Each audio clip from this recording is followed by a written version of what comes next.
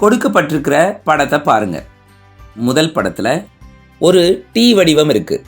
இந்த டீயில் அந்த கிளைகளின் எண்டில் ஒட்டிக்கிட்டு இருக்கிற அந்த படங்கள் ஆன்டி கிளாக்வைஸ் டைரக்ஷனில் இடம் மாறுது, முக்கோணம் தலைகீழாகவும் மாறுது. ஆனால் அதே நேரம் இடது மேல் பக்கம் இருக்கிற சதுரம் 90 டிகிரி கிளாக்வைஸ் டைரக்ஷனில் நகருது. அப்படி தான் ரெண்டாவது படம் அமைஞ்சிருக்கு. இப்போ சதுரம் 90 டிகிரி கிளாக்வைஸ் டைரக்ஷனில் நகருது.